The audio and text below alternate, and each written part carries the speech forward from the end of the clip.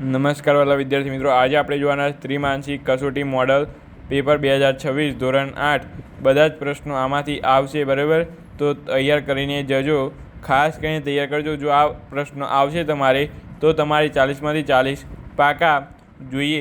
ચાલો વિષય ગણિતનું સંપૂર્ણ પેપર સોલ્યુશન જોઈ લઈએ. 19/8/2026 સંપૂર્ણ પેપર સોલ્યુશન.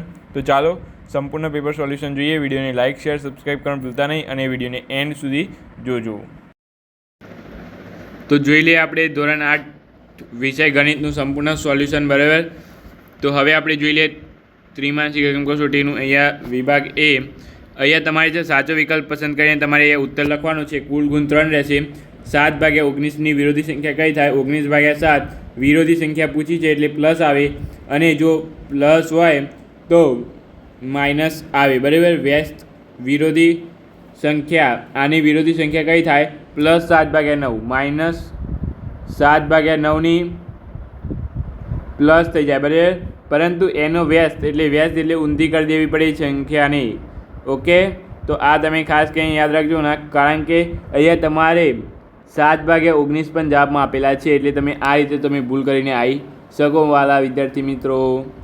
ત્યાર પછી અહીંયા છે સમીકરણ 2x + 1 7x + 15. અહીંયા 2x/3 + 1 અને 7x/15 + 3. ઉકેલમાં x બરાબર કેટલા? તો અહીંયા તમારે ગણવું પડે સમીકરણ. અહીંયા તમારે શું કરવું પડે?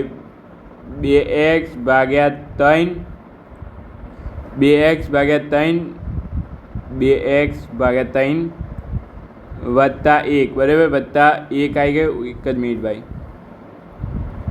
અહીંયા 2x વત્તા 1/3 બરાબર અહીંયા કેટલા છે? 3/3x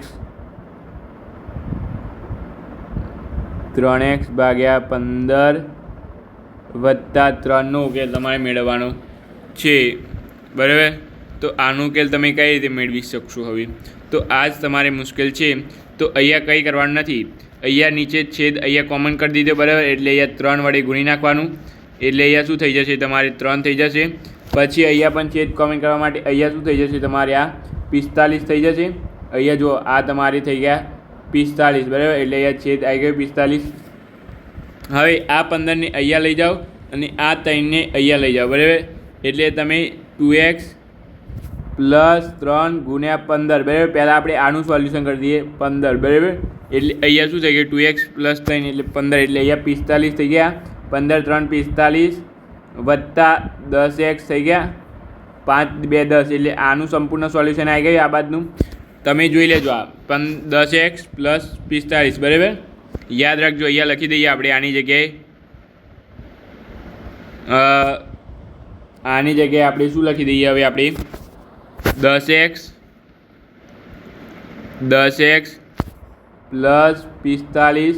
બરાબર, હવે આને આપણે આ 3ને આટલે ગુણી નાખીએ આપણે. હવે તો શું થઈ જશે? આપણે 3ને આટલે ગુણીએ તો જોઈ લઈએ. હવે આપણે તો અહીંયા 3x તો છે, અહીંયા 3x તો છે, એના ગુણ્યા 3 કરીએ, આના ગુણ્યા 3. બરાબર, આના ગુણ્યા 3 કરીએ આપણે તો અહીંયા શું થઈ જશે? 3 3 9x + 45. 3 કેટલા થાય? 5 3 15 વધી 1 3 4 12 ને 1 13 135. બરાબર, આ બાજુ 135 થયા અને આ બાજુ કેટલા થયા? આને હવે ભૂલી જાઓ. બરાબર, એટલે અહીંયા કેટલા થઈ ગયા? 9x વત્તા 135. બરાબર, તમે જુઓ, ખાલી અહીંયા જોજો, જવાબ ચૂટકીઓમાં આવી જશે. બરાબર, જવાબ ચૂટકીઓમાં આવી જશે. x બરાબર આપણે કેટલો લાવવાનો છે? અહીંયા આપણે એક ભૂલ કરી છે ભાઈ. 9x બરાબર એક ભૂલ થઈ ગઈ છે. અહીંયા તમે ફરીથી જોવું પડશે આપણે બધું જ. અહીંયા જુઓ, આ સમીકરણ 2x છે ને, 2x + 3/15. બરાબર, આવું સમીકરણ છે ને? યસ યા નો? 2x પ્લસ આવું નથી યાર. ચલો આને ભૂસો. સમીકરણ અહીંયા શું છે એ તમારે અહીંયા જોવાનું ખાસ કરીને. 2x + 2x/3 છે.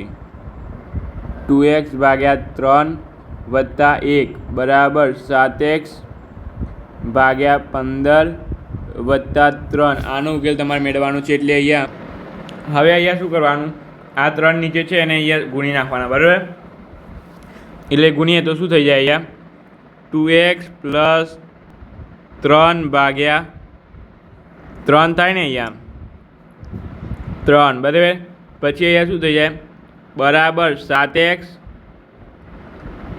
વત્તા 45 બરાબર. કેટલા થઈ જાય, 45 ભાગ્યા 15 બરાબર.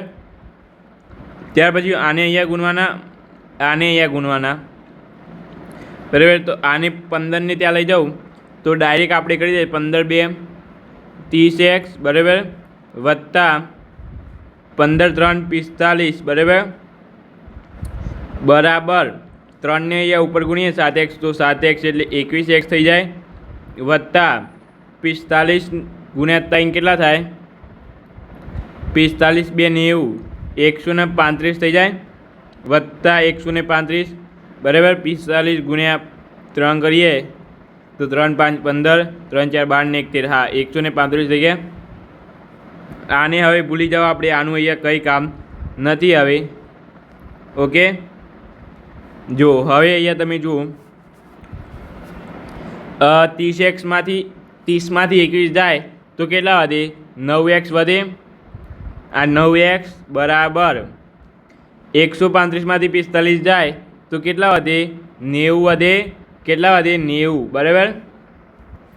આવી ગયો આપણો જવાબ, તમે જુઓ ખાલી અહીંયા 90 થાય અહીંયા. આને પહેલાં બધું ભૂઈ નાખું બરાબર. અહીંયા 9x હતા ને આપણે, તો x બરાબર 90 ભાગ્યા 9 તો કેટલા થાય, x બરાબર 10 બરાબર. 9 એકા 9 આવે એટલે 1 ગુણ્યા 10 થઈ ગયા.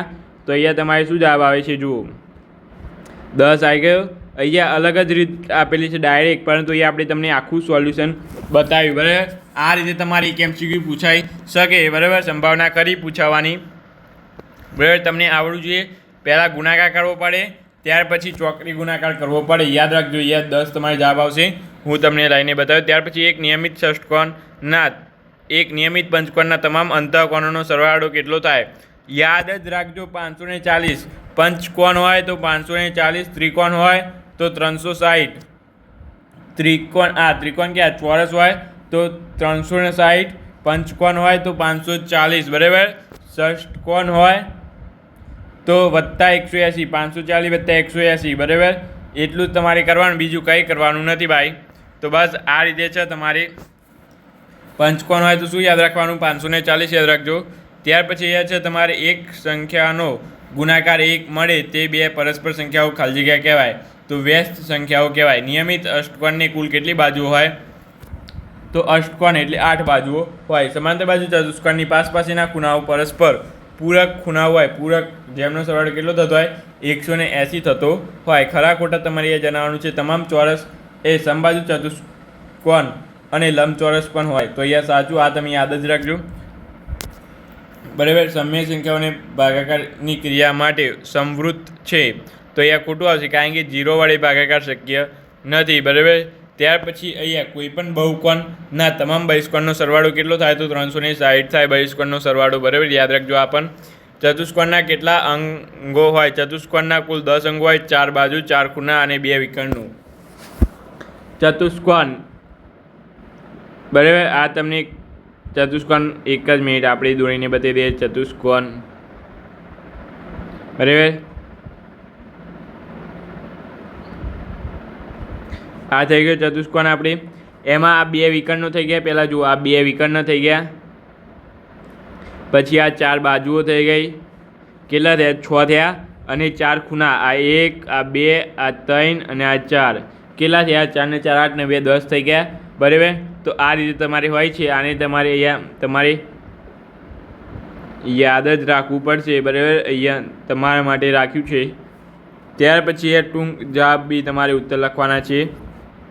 તો જોઈ લે, આ જ રીતે તમારે સ્ટેપ બાય સ્ટેપ ફોલો કરીને તમારે ગણવાના.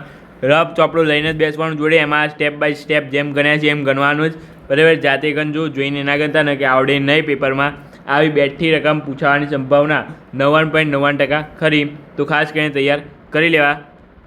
ત્યાર પછી ઉકેલ મેળવવાનું છે આપણે આગળ કરીએ એ જ રીતે, બરાબર. અહીંયા ઉકેલ કઈ રીતે મેળવાય? તો અહીંયા જો આ 3ને અંદર ગુણી નાખ્યા, બરાબર. અહીંયા આ રકમ તો એમને આ 3ને અંદર ગુણી નાખ્યા એટલે 3x - 3 થઈ ગયું. ત્યાર પછી +7. હવે અહીંયા સરવાળો બાદ બાકી કરવાનું છે, બીજું કંઈ નથી. આને આ બાદ લઈ જવાનું છે, આને આ બાદ લઈ જવાનું છે, બરાબર. બસ એ રીતે અહીંયા તમે 0 જવાબ આવશે x બરાબર, બરાબર. ત્યાર પછી એક નિયમિત બહુકોણને કેટલી બાજુઓ હોય છે? તો તેના દરેક ખૂણાનું અંતઃકોણનું માપ 165 થાય. તો અહીંયા તમારે 180માંથી પહેલાં શું કરવાનું? જે પણ આપ્યું હોય, જે પણ ખૂણો આપ્યો એને 180માંથી બાદ કરવાનું. તો 15 આવ્યું. તો n ભાગ્યા n સંખ્યા શોધવાની છે. તો 360 ભાગ્યા તમારી 15 કરવાનું, બરાબર. તો 24 બાજુઓ હોય, બરાબર. યાદ રાખવાનું 180માંથી જે ખૂણો આપ્યો હોય ને એને બાદ કરી દેવાનો, બરાબર. 180માંથી બાદ કરવાનો અને બાદ કર્યા પછી 360 ભાગ્યા તમારે આ 15 છે ને એને અહીંયા ભાગ્યા 15 કરી દેવાનું, એટલે અહીંયા તમારી 24 બાજુઓ હોય એ રીતે આવી જાય, બરાબર. ત્યાર પછી આ પણ તમારે તૈયાર કરી દેવાનો. ખાસ કરીને ખૂણો પૂછ્યું છે, આ પણ તમારે સ્ટેપ બાય સ્ટેપ દરેક પ્રશ્ન અહીંયા વિભાગ સીમાં પણ સ્ટેપ બાય સ્ટેપ તમારે જવાબ ગણતરી લાવવાની છે, બરાબર. જોઈ શકો બેઠા દાખલા તમારે પૂછાશે આવા ગણિતના. તો ખાસ કરીને તમે જોજો અને સોલ્યુશન કરજો. વિસ્તૃત દાખલા અહીંયા તમારી છે, બરાબર, સ્ટેપ બાય સ્ટેપ. તો બસ અહીંયા વિભાગ ડીમાં તમારે એક જ પ્રશ્ન છે કે શું છે ભાઈ? આ રહ્યો બીજો પ્રશ્ન, બરાબર. તો આ 2 પ્રશ્નો ખાસ કરીને તમે તૈયાર કરી દેજો. તો આ 2માંથી જ તમારે પૂછાશે અને દરેક સ્ટેપ બાય સ્ટેપ તમને સમજાવેલા છે દરેક પ્રશ્નો. ઓકે, તો બસ આજના વિડીયો માટે આટલું રાખીએ છીએ. મળીશું નવા વિડીયો સાથે. Thank you so much. વિડીયોને લાઇક, શેર, સબસ્ક્રાઈબ કરવાનું ન ભૂલતા.